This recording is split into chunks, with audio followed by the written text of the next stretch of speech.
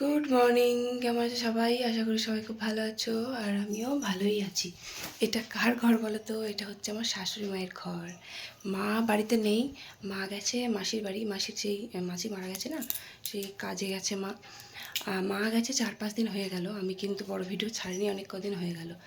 Mini blog ছেড়েছি 4-5 দিন। আমিও কাজের চাপে বড় ভিডিও ছাড়তে পারিনি। আমি ভালো আজকে শুরুই করি ব্লগটা। আবার বাড়িতে কাকিমাও নেই, মানে মা না থাকলে কাকিমা থাকলে একটু মানে আমার হেল্প হয়, হাতে হাতে কাজ করে দেয় কাকিমা। আজকে আবার মা আর কাকিমাও নেই, কাকিমা গেছে বাপের বাড়িতে। তো আমি উঠোনটা এখন ঝাঁট দেবো। আমি সকাল সকাল উঠে পড়েছি, উপরে বাসন কটা ধুয়ে আমি নিচে এলাম। মায়ের ঘরটা ঝাঁট দেবো, মুছবো। এখন 6টা বাজে। দেখি আমার কাকিমার মেয়েটা আছে, ননদ আছে, ছোট মেয়েটা, ও উঠেছে কি দেখি গা, দিয়ে উঠোনটা ঝাঁট দিয়ে দিই ওদের। সবাই ঘুমোচ্ছে এখন। এবার কি বলো তো, আমাদের উঠোনটা না, আমাদের পুরো উঠোনটাই একটাই উঠোন, মানে কাকিমাদের আর আমাদের উঠোন একদম আলাদা না, জয়েন্টে। আমাদের ঘরও কিন্তু জয়েন্টে একদম এক, শুধু আলাদা থাকি তাই। আর উঠোনটাও কিন্তু এক। আমাদের বাড়িতে আমার মা যদি না থাকে, মানে আমার শাশুড়ি মা যদি না থাকে, তাহলে কিন্তু কাকিমা উঠোনটা ঝাঁট দিয়ে দেয়, আবার আমাদের মন্দিরটাও পরিষ্কার করে ধুয়ে দেয়, আবার দোকানটাও আমাদের ঝাঁট দিয়ে দেয়। কারণ ওই কাজটা সকালবেলা মাই করে। আমি ধরো ঘুম থেকে অত তাড়াতাড়ি উঠি না, মা সকালবেলা 6টার আগে উঠে পড়ে, তখন আমি ওঠার আগে মায়ের উঠোন ঝাড় দেওয়া হয়ে যায়। এবার মা না থাকলে কাকিমা ঝাড় দেয়, এবার কাকিমা না থাকলে তো এবার আমাকে উঠতে হবে। সেটাই আর কি, মানে কালকে গেছে বিকেলবেলা কাকিমা বাপের বাড়ি। তো এবার আমি তাড়াতাড়ি ঘুম থেকে উঠে পড়েছি। আমার তো বেশি ঘুম ভাঙে না, আমার বরকে বলে দিয়েছিলাম মাঠে যাবার আগে আমাকে তুলে দিও। তো ও একদিকে মাঠে চলে গেল, আমাকে ডেকে দিয়েছে, আমি উঠে পড়েছি। তো এবার উঠোনটা ঝাড় দিয়ে নিচ্ছি, তারপর দোকান আছে, দোকানটা ঝাড় দেবো, তারপর সব আস্তে আস্তে কাজ কমপ্লিট করব। আমাদের কত বড় উঠোন, অনেকটা বড় উঠোন, শব্দ মানে দুটো উঠোন জুড়ে একটা উঠোন এতটাই বড়, ঝাড় দিতে দিতে কোমরের যন্ত্রণা শুরু হয়ে যায়, এতটাই বড়। যাই হোক, আমি আগে তো এসব কাজ করেওছি, মানে বিয়ের পর আমার শাশুড়ি মা ঝাড় দেয়, তাই মানে মা থাকলে আমাকে উঠোন ঝাড় দিতে হয় না কোনো দিনও। তো অনেকদিন পর ঝাড় দিচ্ছে, তাই কোমরে সত্যি করে ব্যথা করছে একটু একটু। যাই হোক, অসুবিধা নেই। তো আমি কাকিমাদের বাড়িতে গিয়ে দেখলাম আমার ননদ উঠেছে আর কি, ও ঘরের বিছানাগুলো তুলছে, আমি উঠোনটা ঝাঁট দিয়ে তারপরে আবার নিচের ঘরগুলো পরিষ্কার করব, করে তারপর আমি ওপরে গিয়ে কাজ কমপ্লিট করব। ওপরে কিছু কাজ হয়নি এখনও, শুধু জাস্ট বাসনটা ধুয়ে আমি নিচে চলে এসেছি। কারণ বাসি উঠোন তো ফেলে রাখতে নয়, ঝাঁট দিতে হয় আগে, তাই জন্য আমি নিচে এসে আগে উঠোনটা ঝাঁট দিয়ে দিলাম। আবার ওদিকে আমার বর মাঠ থেকে বাড়ি এসে দোকানটা খুলবে, তো দোকানে নোংরা হয়ে আছে বলে আগে দোকানটা ঝাঁট দিয়ে আসলাম। তারপর উঠোনটা ভালো করে ঝাঁট দিয়ে ঠাকুর মন্দিরটা ভালো করে ধুয়ে দিলাম, মন্দিরটা কাকিমাদের মন্দিরটাও ধুয়ে দিলাম, আমাদের মন্দিরটাও ধুয়ে দিয়ে আবার এই যে ঘরের কাজ করে নিচ্ছি। ঘরগুলো ঝাঁট দেবো, দিয়ে মুছে তারপর আবার ওপরের কাজ কমপ্লিট করব। নিচের ঘরগুলো যাই বলো, মা না থাকলে না ঘরগুলো কেমন ফাঁকা ফাঁকা লাগে, মানে নিস্তব্ধ, বাড়িতে কোনো আওয়াজ নেই, কিছু নেই। যেমন নিচের ঘরগুলো দেখো, এগুলো কিন্তু সব কাজই মা করে, আর উপরের কাজটা আমি করি। তোমরা সব বলো যে তোমার শাশুড়িমা কী কাজ করে। তোমার শাশুড়িমা নিচে কাজ করে। এই যে নিচে কতগুলো ঘর বলো তো, নিচে 1 2 3 4টে ঘর, আর একটা ঘর যেটা আছে, যেটা আমরা আগে থাকতাম, ওই ঘরটাতে সমস্ত ধানের বস্তা, চালের বস্তা আছে, তাই ওই ঘরটা এখন ব্যবহার করা হয় না বলে ঘরটা মোছা হয় না, ঘর মোছার মতো জায়গাও নেই ঘরে। তো এবার 4টে ঘর কিন্তু মা রোজই মোছে, মানে এমনই যে আমাদের ঘর দিয়ে যাতায়াত। তো এবার তার জন্য বারান্দাটা মুছতেই হয়, খুব নোংরা হয়। তো এবার আমি তো যাতায়াত করবই, সেজন্য, আর তাছাড়া বাসি ঘর আমার কেমন রেখে দিতে ভালো লাগে না। আমি ওপরের ঘরগুলো দেখো এক দিন মুছি আবার মুছি না, মানে ওপরের ঘরগুলো বলেছি, বারান্দাটা রোজই মুছি। যেমন ঠাকুর ঘরটা প্রত্যেক দিন মুছতেই হয়, আবার আমার বড় ছেলের ঘরটা, ওইটা নোংরা তো হয়ই না, কারণ বড় ছেলে ঘরে দরজা জানলা সবসময় বন্ধ থাকে, ও ঘর থেকে বাড়ি হয় না। আবার ঘরে যদি বাড়িতে না থাকে, স্কুলে যায়, তাহলে ঘরের মধ্যে যায় না কেউ, তো তার জন্য ওর ঘরটা নোংরা হয় না। তারপর আমার ঘরটা এক দিন মুছি না, যেদিনকে আমার খুব মানে কোমরে যন্ত্রণা করে, শরীরটা খারাপ লাগে, সেদিন আমি ঘরগুলো মুছি না, শুধু ঠাকুর ঘরটা আর বারান্দাটা মুছে নিই, তাহলেই হয়ে যায়। তারপর যাই হোক, তো মায়ের ঘরগুলো সব ঝাঁট দিয়ে মুছে ফেললাম। তারপর আমি উপরে এলাম, উপরে এসে আমার উপরের ঘরগুলো ঝাঁট দিয়ে মুছে ফেললাম। তারপর বাসি কাপড়টা কেচে নিয়ে চা করলাম একটু, চা এবার খাবো, খেয়ে তারপর রান্নাঘরে যাব। আর ওই যে উঠোনময় যে জিনিসপত্রগুলো পড়ে আছে দেখছো, সাইকেলের পুরনো রিং, তারপর নানা রকম জিনিস আর কি, ওগুলো সব আমাদের দোকানের। আমার বর মানে বছরে একবার ওগুলো সব বিক্রি করে, তো এটা 5 বছর পর বিক্রি করছে, তাই অতগুলো সব জড়ো হয়েছে। ওগুলো সব মানে বাছাই করছে, ওজন করছে, বিক্রি হবে, লোকজন এসেছে, ওরা সব নিয়ে চলে যাবে। যাই হোক, তারপর আমি আর গুবলু চা খেয়ে নিচ্ছি। আর আমার বড় ছেলে এখন ঘুমোচ্ছে, পরীক্ষা শেষ হয়ে গেছে, কোথাও ঘুরতেও যাবে না। ও বলছে পিসির বাড়ি ঘুরতে যাবে, কারণ পিসির বাড়িতে বড় টিভি আছে, তারপর পিসির বাড়িতে ওয়াইফাই বসানো আছে, আবার ফোন আছে, তো সেই কারণে ফোনটাও ঘাঁটতে পারবে, টিভিও দেখতে পারবে। টিভি আমাদের ঘরেও আছে, কিন্তু টিভিতে কেবল মারা হয় না, মানে দেখে না কেউ, সে মানে কেবল নিয়ে মানে টিভি দেখা নিয়ে খুব ঝগড়া হয়। মানে বাবা দেখতে চাই কীর্তন, আর আমার জেঠু আর মা দেখতে চায় সিরিয়াল, এই নিয়ে ঝগড়াঝাটি হয় বলে তাই জন্য আর কেউ কেবল মারতে চায় না, তাই জন্য টিভি বন্ধই আছে, নিচের ঘরে টিভি আছে।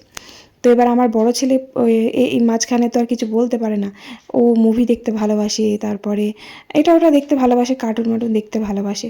তো এবার পিসির মনির বাড়িতে গেলে, ছোটো ননদের বাড়িতে গেলেও তো সবটাই দেখতে পায়, তো সেই জন্য ও ছোটো ননদের বাড়িতে যাবে ঘুরতে, কিছুদিন পর যাবে। আর আমি যাব দেখি, আমার দিদির বাড়িতে যাব ভাবছি। তো এবার দিদির বাড়ির ওদিকটা মানে একটু মানে টাওয়ারের গন্ডগোল আছে, মানে নেটওয়ার্কের গন্ডগোল আছে ওদিকে, কোনো কিছুই মানে নেটের স্পিড সেরকম নেই। এবার আমার ফোন ও দেখতে পাবে না, আবার আমি ধরো ভিডিও করব বা ফোন আমার কাছে সবসময় দরকার লাগবে, সেই জন্য আমার সাথে ও যাবে না, ও যাবে একাই পিসির বাড়িতে ঘুরতে। তো ভালো কথা, ও যাক ওর মতন ঘুরতে, আমি আমার মতন যাই ঘুরতে, ওকে আর বলবো না। তো যাই হোক, তারপর চা খেলাম, চাটা খেয়ে নিচে এলাম, নিচে এসে ভাতটা বসিয়ে দিলাম, কারণ তাড়াতাড়ি ভাতটা বসাতে হবে, ওদিকে কাকা খাবে, আর কাকিমা নেই বললাম, আর কাকার মেয়েটা আছে, মানে আমার ননদ আছে, ছোটো ননদ, ওকে বললাম যে আমাকে একটু হাতে হাতে হেল্প করে দিস, কারণ আমি একা হাতে তো, এবার যদি কোনো অসুবিধা হয় ও আমাকে হাতে হাতে হেল্প করে দেবে। আর ও খুব কাজের মেয়ে, মানে ওকে যা বলবা তাই করে দেবে, ও এতটাই কাজের, খুব কাজ করে, কাকিমা প্রচুর খাটায় ওকে, বাড়িতে থাকলে হাঁড়ি কড়াই সমস্ত কাজই ওকে করায়। আমার মা যখন আমার বিয়ের আগে, তখন আমিও কাজ টাজ করতাম, রান্না করতাম, মাকে মাঝে মাঝে বলতাম মা আমাকে দাও কড়াইটা মাজি, কারণ আমার মা একটু অসুস্থ ছিল, তো মা আমাকে মাজতেই দিত না, কারণ মা খালি বলতো শ্বশুর বাড়িতে গিয়ে তো করবি, এখানেই বা কেন করতে যাবে, আমি যতদিন আছি করতে দেবো না তোকে কোনো কাজ। তো এবার রান্না করার খুব মানে একটা শখ ছিল, সেই জন্য রান্নাটা খুব শিখেছিলাম, রান্নাটা করতামও মাঝে মাঝে। আবার ভোরবেলা উঠে মানে কাজগুলো করতে ভালো লাগতো, আমার মন থেকেই কাজগুলো করতাম, মাকে জোর করে কাজ করাতে হতো না, কারণ আমার মা খুব অসুস্থ ছিল, তো খুব কষ্ট হতো মাকে দেখে, যে মা এত কষ্ট করে আমার জন্য কাজগুলো করছে, আমাদের জন্য। সকালবেলা উঠে জল ঘাঁটা, নিউমোনিয়া টাইপের ছিল তো, এবার বারবারে ঠান্ডা লাগলে, জল ঘাঁটলে ঠান্ডা লেগে বারবার জ্বর আসতো। যাই হোক, সেসব কথা বাদ দিলাম। তো এবার ওই যে দেখো, আমার ননদ আমাকে কিন্তু একটু হেল্প করে দিচ্ছে, ও সবজিগুলো কেটে দিচ্ছে, আমি এদিকে রান্না করে নিচ্ছি, দুটো উনুনই জেলে ফেলেছি, ওদিকে ভাতটা হচ্ছে, ভাত হতে বেশি সময় লাগবে না, এক্ষুনি হয়ে যাবে ভাত। আর গাছ থেকে কটা শিম পেড়ে নিয়ে আসলাম, গাছের শিমেই এখনই খেতে পারবো, ফাল্গুন মাসটাই আমরা শিম খেতে পারবো, ফাল্গুন চৈত্র মাসে কিন্তু আমাদের শিম খেতে নেই, কারণ জানি না আমি, তবে আমাদের খেতে নেই। তো তার জন্য এই মাসে যত পারবো শিম খেয়ে নিই। আর গাছের যে পরিমাণ শিম হয়েছিল, মানে মোটামুটি ভালোই খেয়েছি, চচ্চড়িতে ভাজা ভালোই খাওয়া হয়। যাই হোক, গোটাই রেখেছি, গোটা শিম ভাজা বেশ ভালো হয়, তাড়াতাড়ি সেদ্ধ হয়ে যায়। তো আমি ওদিকে শিম ভাজাটা বসিয়ে দিয়েছি, এদিকে ভাতও হয়ে গেছে, ভাতটা নামিয়ে নেব, আর কটা বেগুনও ভাজা করব, কারণ রাত্রেবেলা জেঠু রুটি দিয়ে বেগুন ভাজা খেতে খুব ভালোবাসে। আবার রাত্রেবেলা না আমার রান্না করতে আর ভালো লাগে না, সত্যি করে সারাদিন রান্না করি তো, বেলা 1টা 1:30 বেজে যায়, সত্যি করে রাত্রেবেলা আমার আর রান্না করতে একদমই ভালো লাগে না। সারাদিন রান্না করে রাত্রেবেলা মনে হয় চুপচাপ বসে থাকি, রান্না করতে ইচ্ছা করে না, কোনো রান্নাই করতে ইচ্ছা করে না। তাই বেগুনগুলো ভেজে রাখলাম, বেগুনটা ভাজা থাকলো, আর রাত্রেবেলা গরম গরম রুটি করে দেবো, ওই দিয়ে খেয়ে নেবে। আর জেঠু বেগুন ভাজা দিয়ে রুটি খেতে খুব ভালোবাসে, তাই জন্য বেগুনটা ভেজে রাখলাম। আর পেঁয়াজকলি ভাজা আমার ওই ছোটো ননদ, মানে ওই ননদ খুব ভালোবাসে খেতে, তাই পেঁয়াজকলি ছিল কটা, পেঁয়াজকলিটা আলু দিয়ে ভাজা করে দিলাম। পেঁয়াজকলিগুলো মানে খুব ভালো না, জানো তো, একটু পেকে পেকে গেছে, তো একটু বেছে বেছে যেগুলো নরম ছিল সেইগুলো আর কি ভাজা করে দিলাম আলু দিয়ে। আর সিম ভাজা করলাম, বেগুন ভাজা করলাম, আর আলু ভাতে দিয়েছিলাম বেশি করে, ওটা আলুর চোখা করে দিলাম। টমেটো, পেঁয়াজ, তারপরে লঙ্কা ভেজে, ওটা বেশ ভালো লাগে খেতে, তাই জন্য ওটা করে দিলাম। শুধু আলু ভাতে ভাত ভালো লাগে না খেতে।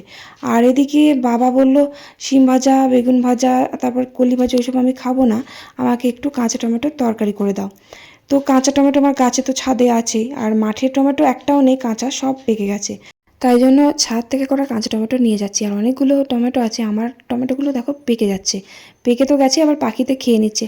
কি হবে এত টমেটো, আমি কি করতে যে ছাদে গাছে লাগিয়েছিলাম নিজেও জানি না। কারণ আমাদের বাড়িতে প্রচুর টমেটো, বাজার থেকে কেন, সরি ভুল বললাম, মাঠ থেকে এত টমেটো নিয়ে এসেছে যে পচে যাচ্ছে।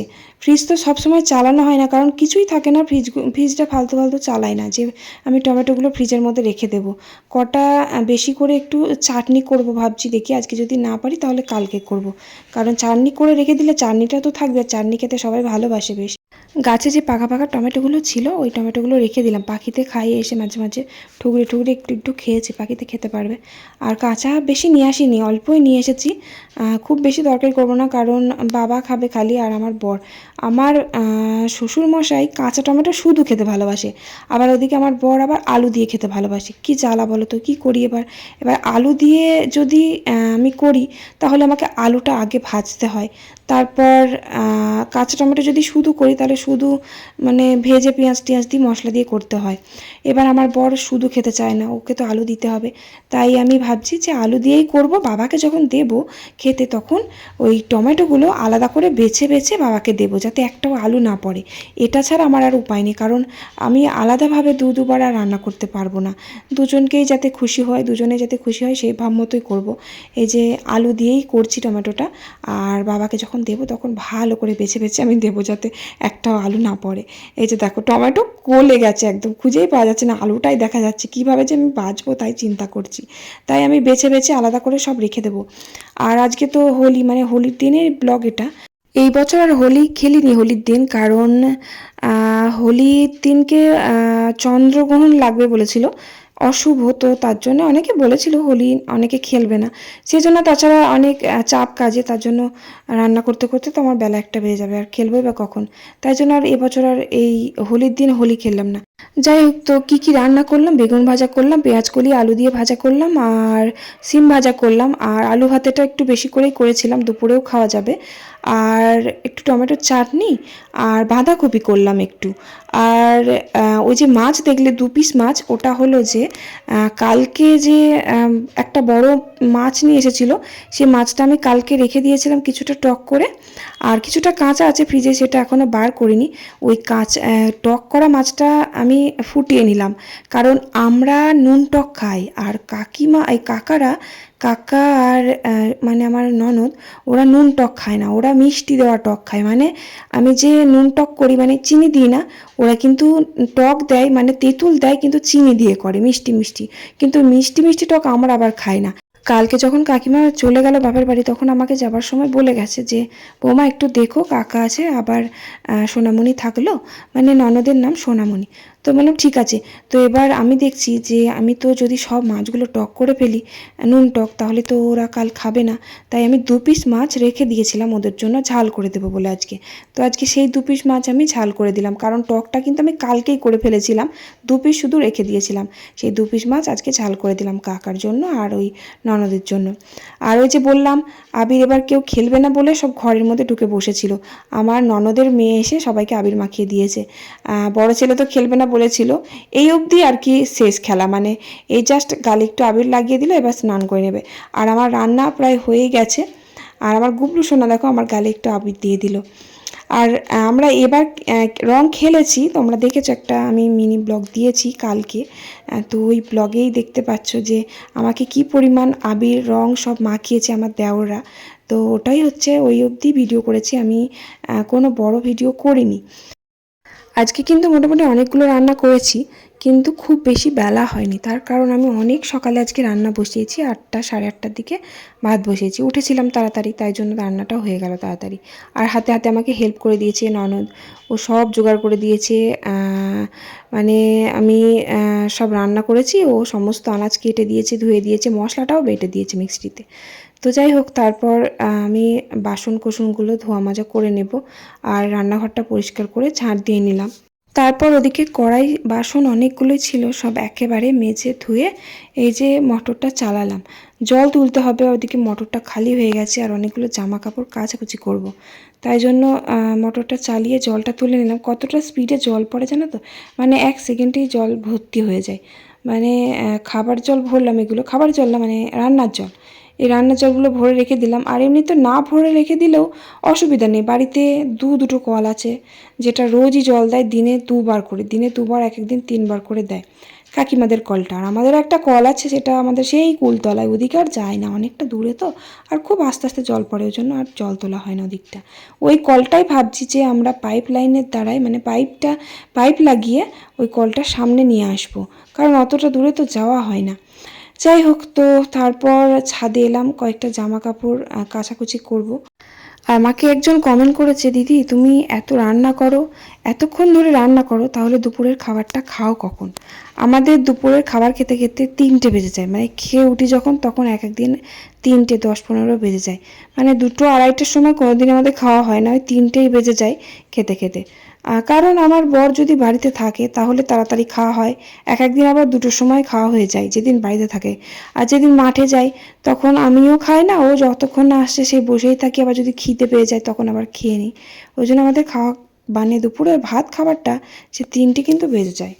তারপর ছাদে জামা কাপড়গুলো কাচাকুচি করে আমি মেলে দিয়ে আসলাম। আর ওদিকে আমার বাবার, মানে শ্বশুর মশাইয়ের খাওয়ার কিন্তু সময় হয়ে গেছে। বাবাকে 2টোর সময় খেতে দিতে হয়, ওষুধ আছে আবার, মানে দুপুরবেলা ওষুধ নেই, সন্ধ্যের দিকে ওষুধ আছে, সকালে ওষুধ আছে। আমি এত ভুলো মন না, আমি তাই চিন্তা করছি যে মা আমাকে ওষুধগুলো বলে দিয়ে গেছে, আমি ঠিক মতন ওষুধগুলো যদি না খাওয়াতে পারি আমার কি অবস্থা হবে। মানে কি বলবো, নিজে ওষুধ খেতেই ভুলে যাই, কিন্তু বাবাকে ওষুধ দিতে কিন্তু ভুলে যাচ্ছি না। মানে এতটাই মানে মাঝে মাঝে ভয় লাগছে, বাবাকে ওষুধ দিতে ভুলে যাব না তো, কিন্তু এখনও ভুলে যাইনি। প্রত্যেক দিন কিন্তু ওষুধ দিচ্ছি। রাত্রে ওষুধ আছে, সন্ধ্যেবেলা একটা 8টার সময় ওষুধ আছে, সকালবেলা 8টা একটা ওষুধ আছে, আবার জলখাবারে খাওয়ার পর একটা ওষুধ আছে। যাই হোক, নিয়ম মতন ওষুধগুলো আমি দিচ্ছি বাবাকে। যাই হোক, তারপর আমার বড় ছেলেকে বললাম ঠাকুর পুজোটা করে নিতে, ও পুজোটা করে নিল। তারপর স্নান করে খাওয়া দাওয়া করলাম। ওদিকে বাবাকে ভাত দিয়ে এসেছি, বাবা ভাত খাচ্ছে, আর গুবলু সোনাকে খাইয়ে ঘুম পাড়িয়ে দিয়েছি। তারপর আমরা খাওয়া দাওয়াটা করে নিলাম। তোমাদের ছাদ বাগানটা একবার দেখাই, দেখো আমার লঙ্কা গাছগুলো এত সুন্দর ফুল হয়েছে। আর এই যে দেখো, এই ফুলগুলো দেখো, এটা হচ্ছে কি বলে, ডালিয়া না কি বলে, এই ফুলগুলো কি সুন্দর দেখতে না, কালারটা এত সুন্দর, আর এত ফুলগুলো ফুটেছে দেখেই চোখ জুড়িয়ে যাচ্ছে। গাছগুলো সব লেগে গেছে, আর লঙ্কা গাছে লঙ্কা হয়েছে, সমস্ত লঙ্কা গাছে কিন্তু এবার লঙ্কা হয়েছে। এবার এত পরিমাণে লঙ্কা হবে, কারণ শীতকালের লঙ্কা নয় ওটা, তাই জন্য লঙ্কাটা ফলছিল না, কারণ গাছ বড় হচ্ছে অথচ লঙ্কা হচ্ছিল না। গুবলু সোনা দেখো, উঠোনে কেউ নেই, একা একা খেলা করছে, আমি বললাম উপরে আয়, আসলো না। আর টমেটোগুলো দেখো, এই যে দেখো, পাখিতে খেয়ে ফেলেছে, পাকা যেগুলো আছে। আমি আর তুলিনি, থাক, ওগুলো পাখিতেই খেয়ে নেবে।